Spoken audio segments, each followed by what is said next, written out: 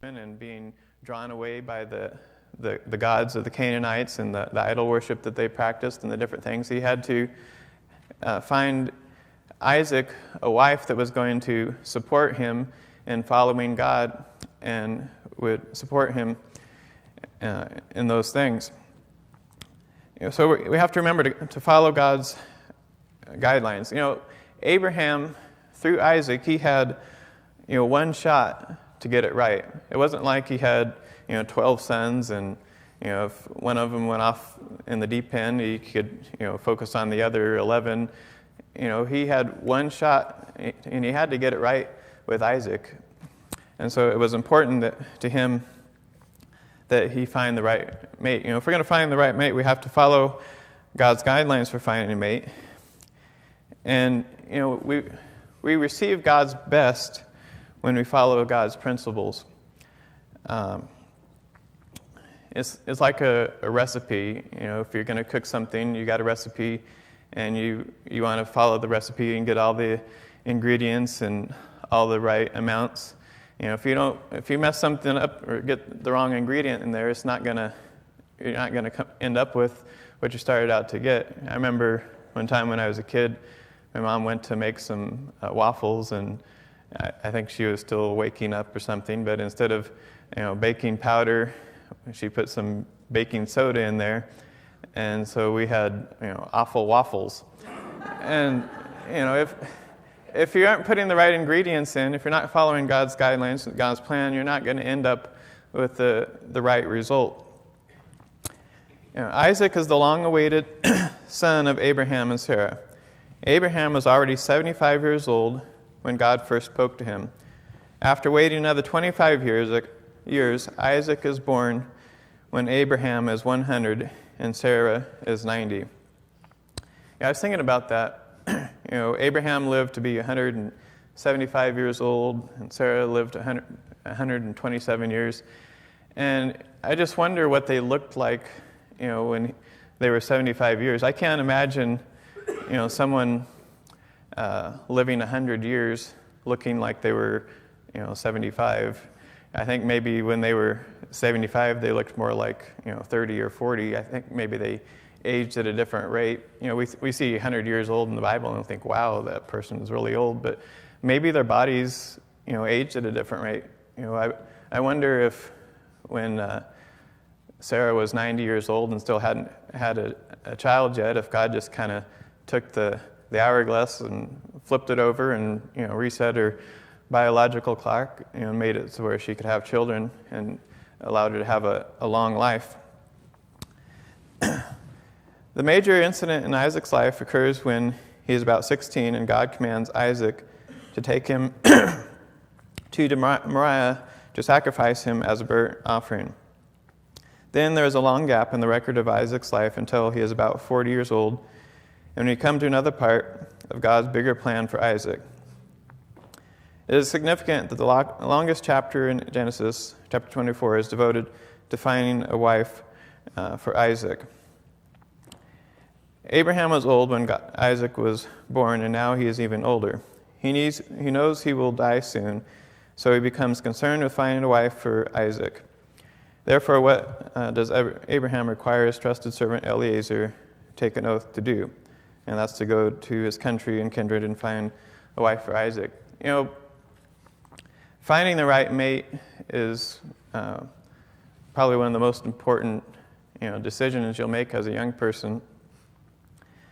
I remember when I was a young person, looking around, and I was advised by my preacher that I would find, God's mate for me. I'd find a wife at Bible college.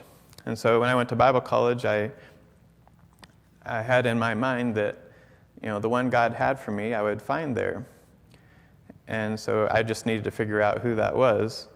I didn't go down to the mall and try and find a girlfriend there. I didn't go to some club or anything else. I tried to follow the guidelines that my parents had set out for me as far as how to interact with a young lady, and I tried to follow the guidelines of the school and the authorities that God had placed over me, because I knew I needed to get that right. And I feel, since I did follow those guidelines, that God gave me exactly the person that He'd have for me. I feel like of all the things I've done, I know that I got that right because I followed God's guidelines, and I followed the recipe. Abraham is following the traditions of his day and the commands of God as he begins to locate a wife for Isaac. Abraham does not want him to marry a local Canaanite woman. Apparently, God had already told Abraham not to let Isaac marry a pagan.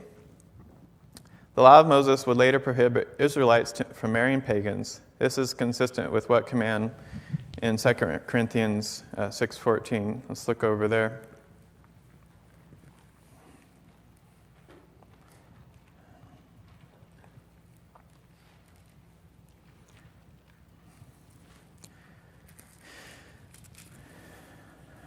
It says, "Be not unequally yoked together with unbelievers. For what fellowship hath righteousness with unrighteousness, and what communion hath light with darkness?" We think of the yoke. We think about two oxen or two cattle they're yoked together, and you need them to plow. Maybe you're pulling a plow to get your field ready, and if they're pulling different directions, you're going to have problems. It's the same thing. That's the example that he's using.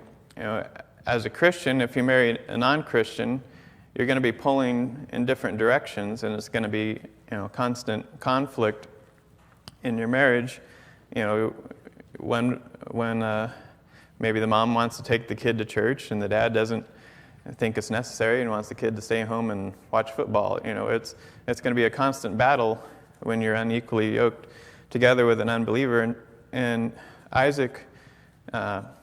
Abraham could see that, and so he didn't want that for his son Isaac. Because Isaac cannot marry a Canaanite, Abraham sends Eliezer to his own kinsman in his native land over 400 miles away. There the Lord leads Eliezer to Isaac's future wife, Rebekah. Think about the faith of Isaac. Here, this servant guy that works for my dad, he's going to go 400 miles away, and he's going to pick a wife for me that I've never seen. I don't know from Adam. I just got to trust that God is going to lead him to the right one. That takes some faith to let somebody else, through God's leading, go 400 miles away and find you a wife. But he was following God's guidelines, and so he submitted to God's will, and he ended up with the mate that God had for him. So first we have to remember God's guidelines, and secondly, we need to rely on God's promises. Let's look at Genesis 25, verse 20. It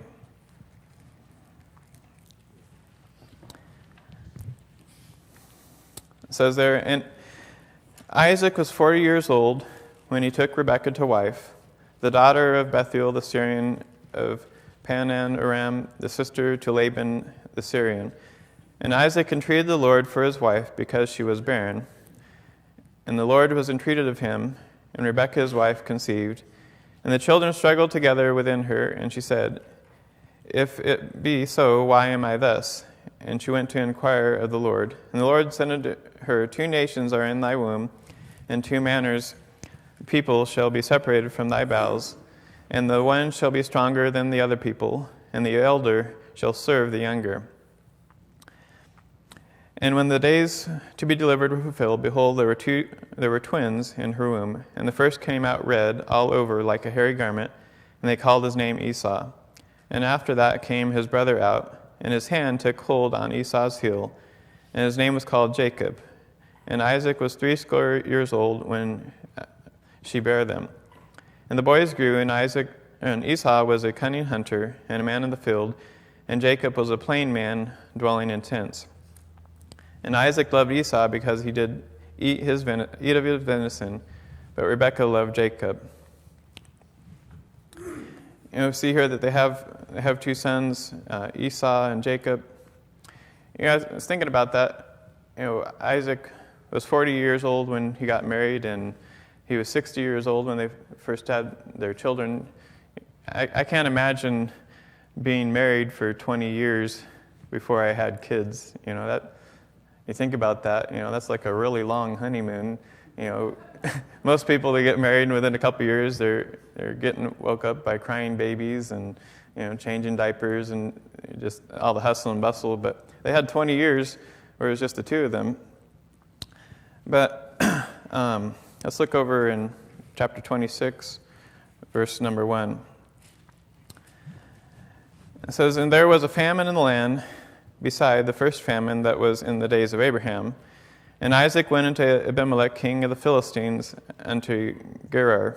And the Lord appeared unto him and said, Go not down into Egypt, dwell in the land which I shall tell thee of. Sojourn in this land, I will be with thee, and will bless thee. For unto thee and unto thy seed I will give all these countries, and I will perform the oath which I swear unto Abraham thy father, and I will make thy seed to multiply as the stars of heaven, and I will give unto thy seed all these countries, and in thy seed shall all the nations of the earth be blessed. Because that Abraham obeyed my voice and kept my charge, my commandments, my statutes, and my law. And Isaac dwelt in Gerar."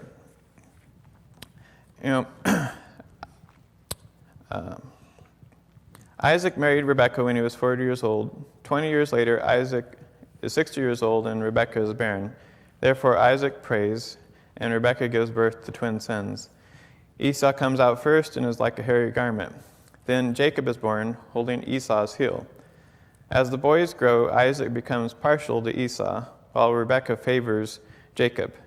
In these two sons, the fulfillment of God's promise to Abraham continues.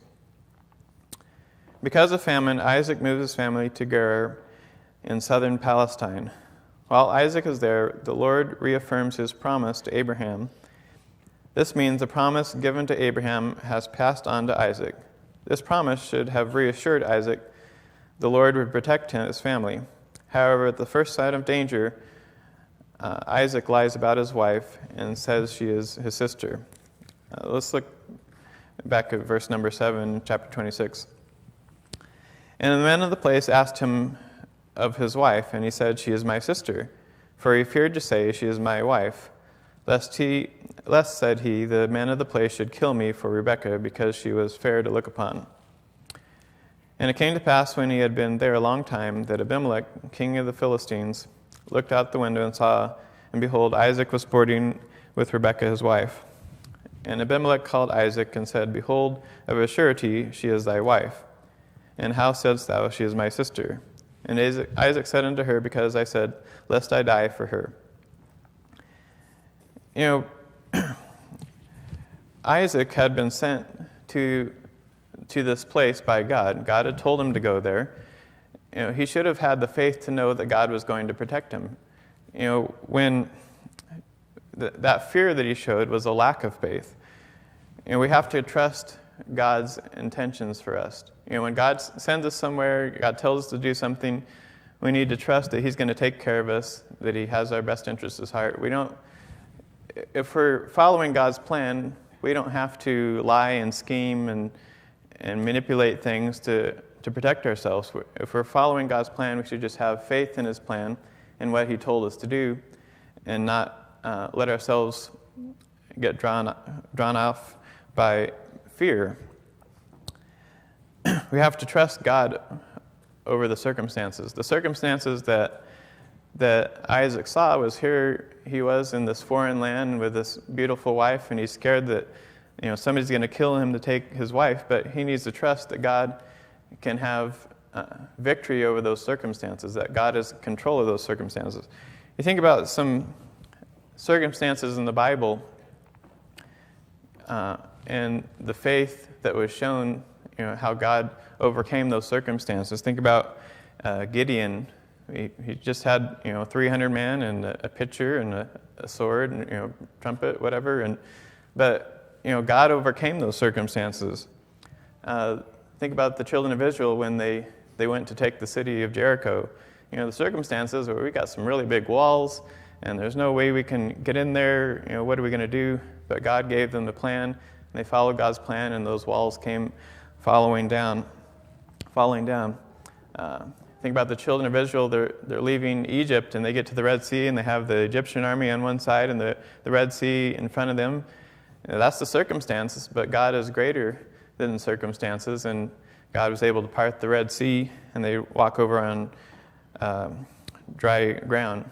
Think about when Jesus and the disciples, they got into the boat, and they were going to cross the Sea of Galilee, and the storm came up, and I think Jesus was sleeping in the boat, and the disciples got scared, and they went to wake up Jesus and want him to calm the storm. They thought they were going to die, but if they'd been listening, Jesus had told them, "We're going to go to the other side."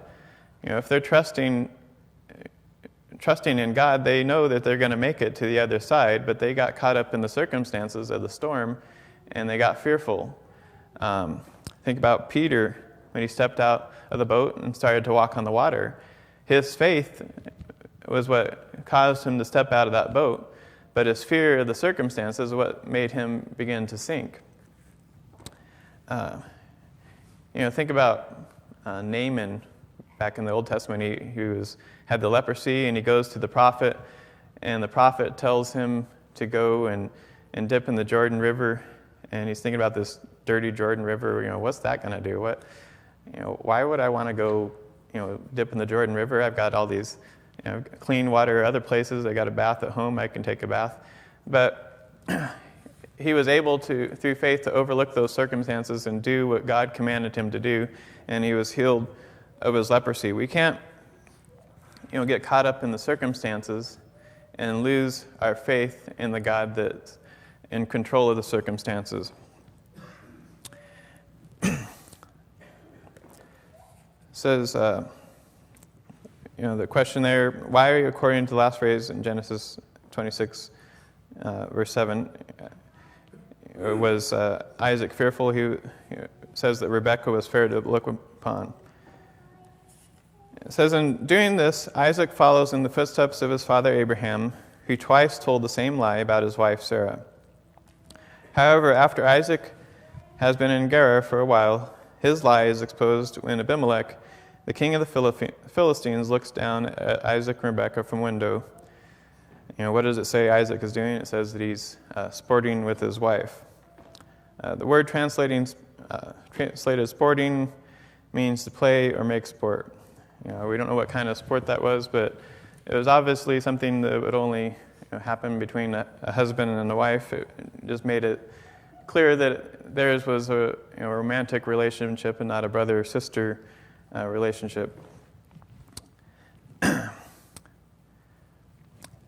Abimelech sees this, and he angrily calls for Isaac. He asks Isaac what he has done and tells him one of his men could easily have slept with his wife, showing great integrity. What orders does the pagan king Abimelech give in chapter 26, verse 11? It says, and Abimelech charged all his people, saying, he that toucheth the man or his wife shall surely be put to death.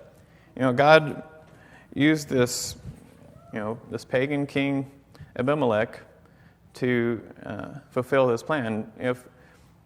If Isaac would have just trusted God in the first place, God had it all worked out already.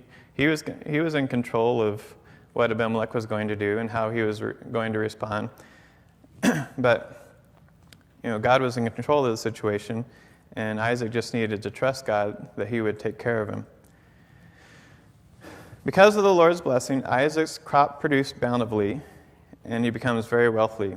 He also has so many flocks, herds, and servants, the Philistines envy him. Therefore they fill with dirt the wells his father Abraham's servants had dug. Because this was certain to cause conflict, Abimelech orders Isaac to leave.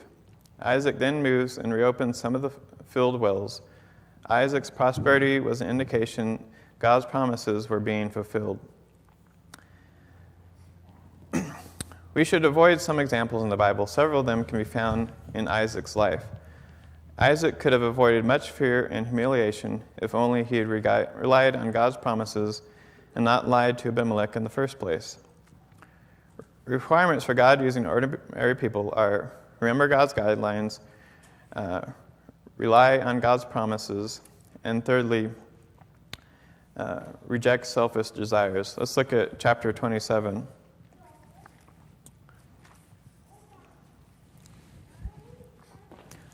It says there, "And it came to pass that when Isaac was old, and his eyes were dim, that he could not see, he called Esau his eldest son, and said unto him, My son. And he said unto him, Behold, here am I.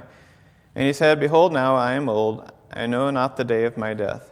Now therefore take, I pray thee, thy weapons, thy quiver, and thy bow, and go out to the field, and take me some venison, and make me savory meat, such as I love, and bring it to me, that I might eat, that my soul may bless thee before I die. And Rebekah heard when Isaac spake to Esau his son, and Esau went to the field to hunt for venison, and to bring it. And Rebekah spake unto Jacob her son, saying, Behold, I heard thy father speak unto Esau thy brother, saying, Bring me venison, and make me savory meat, that I may eat, and bless thee before the Lord before my death. Now therefore, my son, obey my voice according to that which I command thee. Go now to the flock, and fetch me from thence 2 good kids of the goats, and I will make them savory meat for thy father, such as he loveth. And thou shalt bring it to thy father, that he may eat, that he may bless thee before his death. So Rebekah hatches this plan, and she sends out Jacob. God had told Rebekah that the elder would serve the younger. And she knew it was God's plan for Jacob to get that blessing. She knew, Isaac had already earlier sold Jacob his birthright, and now he just needed the blessing. The last prominent event in Isaac's life is the blessing of his sons. Isaac is now old and so weak he can no longer see. He sends for his favorite son, Esau, who is a skilled hunter. He asks Esau to shoot a deer with his quiver and bow and prepare the delicious food he likes. He would then bless Esau before he dies. In Isaac's day, oral statements from the deathbed had full legal power, and a blessing once given could not be revoked. Isaac plans this blessing in spite of what the Lord had said during Rebekah's pregnancy. What did God tell her in the last phrase of Genesis 25:23? It says, the elder shall serve the younger. It was God's plan that Jacob would get the blessing and would continue the seed. If you look back in there, you see that Esau had already taken 2 wives of the Hittites. He had already gone after the women of the land, taken a wife. He didn't follow the guidelines that Isaac had followed when it came to finding a wife. He ended up with 2 wives that were probably idol worshipers or worshiping false gods. And so I think in some ways he disqualified himself for carrying on that line by doing those things. But I think God knew that when he told Rebekah, the elder will serve the younger. I think he knew what their future decisions would be. We see later how later on how Jacob goes back to his family, and he follows a similar process to Isaac in getting a wife. Jacob had to work for like 20 years or so for Laban to get his wife. He couldn't just send a servant back for it.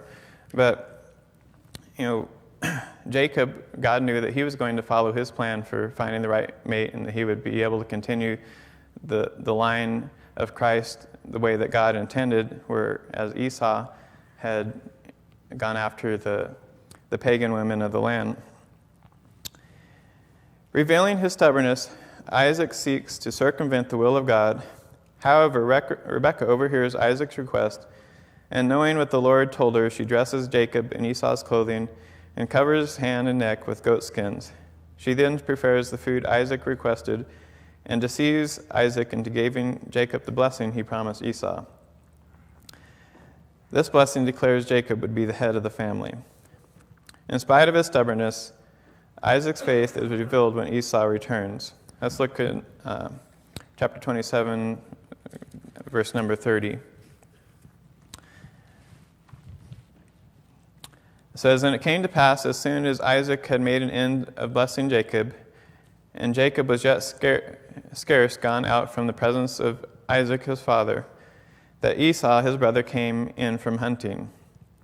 And he also had made savory meat, and brought it unto his father, and said unto his father, Let my father arise, and eat of his son's venison, that thy soul may bless me. And Isaac his father said unto him, Who art thou? And he said, I am thy son, thy firstborn, Esau. And Isaac trembled very exceedingly, and said, Who? Where is he that hath taken venison, and brought it me? And I have eaten, and all before thou camest, and have blessed him. Yea, and he shall be blessed.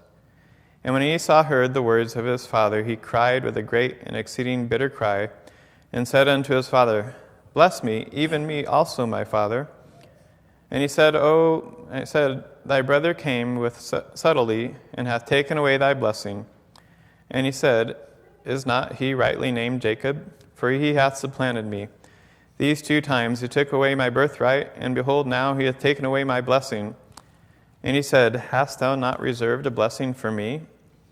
And Isaac answered and said unto Esau, Behold, I have made him thy lord, and all his brethren have I given to him for servants, and with corn and wine have I sustained him. And what shall I do now unto thee, my son? And Esau said unto his father, Hast thou but one blessing, my father? Bless me, even me also, O my father. And Esau lifted up his voice and wept. And Isaac his father answered and said unto him, Behold, thy blessing shall be the fatness of the earth, and of the dew of heaven from above. And by the sword shalt thou live, and shalt serve thy brother. And it shall come to pass, when thou shalt have dominion, that thou shalt break his yoke from off thy neck. And verse 41 says, And Esau hated Jacob because of the blessing wherewith his father blessed him.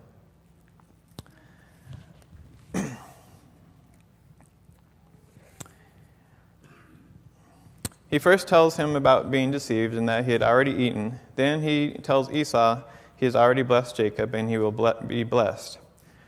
To Isaac's credit, he has an unwavering faith in the promise of God to Abraham because he believed Jacob will be blessed by God. This episode in the life of Isaac reminds us of what truth found in Proverbs 19:21. Let's look over to Proverbs 19:21.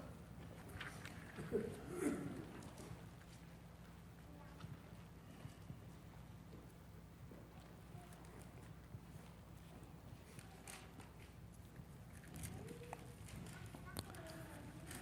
says there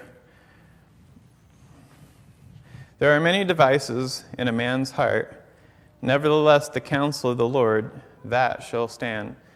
You know, Isaac had it in his heart that he wanted to go ahead and bless Esau. That was the device in his heart. But the counsel of the Lord was that Jacob would be blessed, and Jacob would be the chosen one, and Esau would serve Jacob.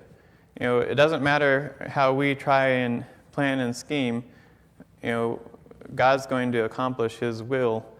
You know, regardless of what we try and do and how we try and plan, how we try and scheme. We see that in the life of Isaac. You know, in rejecting selfish desires, we need to realize we need to trust that God knows best. You know, God knows what's best for us. He has a perfect plan for us. I think from wherever we're at, we make mistakes and we get off course and we probably don't, a lot of times we don't do what God wanted us to do in a situation. But I think from where we're at any given time, that God has a perfect path forward from that place. You know, people talk about the perfect will of God or the, this and that. But I think from wherever position that we're at, that God has a plan moving forward for us from that point. And we just need to try and find out what that is and follow it. And we need to realize that the counsel of the Lord, that will stand, just like we saw there. Contrary to his expectations, Isaac lived to be 180. And again, I don't think he spent his last 90 years looking like he was 90 years old. I think the atmosphere was different, or something was different. Maybe what the food they ate was better, I don't know, but God allowed them to live a lot longer back then. Longer than Abraham or Jacob. Isaac's death is beautifully described as being gathered unto his people. Let's look in Genesis 35. I think that's 35:29.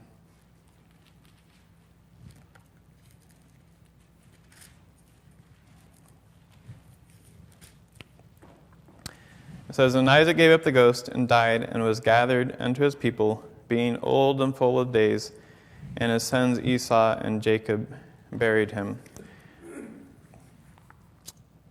God knew Isaac's life would be very ordinary, but he was a link in the divine chain that would change the world forever.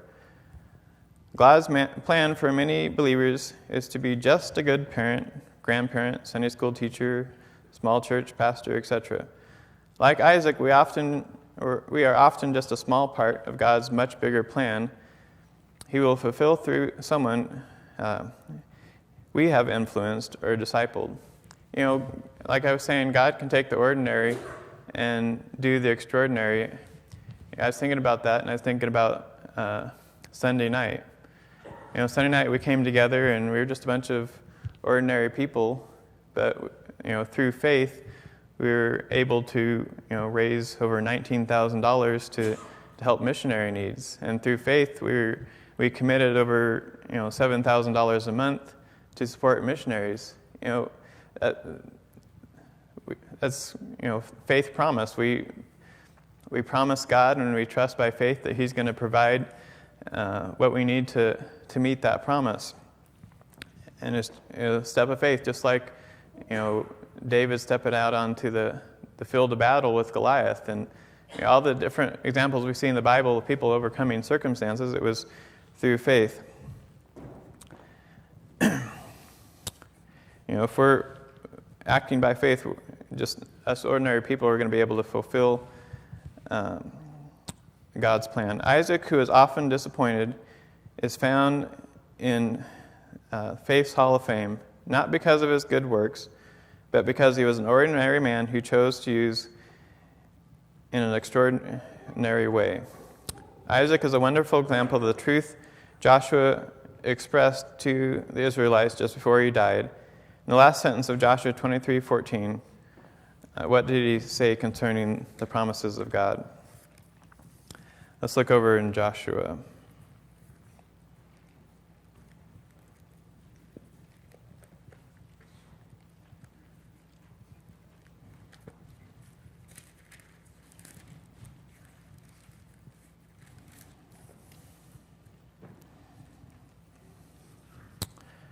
Verse 13 says, "Know for a certainty that the Lord, your God, will no more drive out any of these nations from before you, but they shall be snares and traps unto you, and scourges in your side, and thorns in your eyes, until ye perish from off the good land which the Lord hath given you." I don't think I read the right verse. Okay. Verse 14. "And behold, this day I am going the way of the earth, and ye shall know that in all your hearts and in all your souls, that not one thing hath failed of all the good things which the Lord your God spake concerning you. All are come to pass unto you, and not one thing hath failed thereof." The children of Israel under Joshua, they had seen God work. They had crossed the Jordan River. They had seen the walls of Jericho fall down. And he was reminding them that God had given them everything that he had promised. when they stepped out in faith and did what God told them to do, God was right there to make up the difference. If we're willing to live our lives by faith, as an ordinary person, we can know that God is in control of the circumstances, and He will guide us, and He's got a plan for us, and if we just follow by faith, that God's going to take care of us and accomplish His will. All right, let's pray. Dear Lord, thank you for day to day. Thank you for all that you've done for us. Just thank you for the examples we've seen in the Bible of what you can do through ordinary people. Just help us to take solace in that and realize that if we just yield ourselves to you and let you work through us, that you can accomplish things through us. And we ask these things in Jesus' name, amen.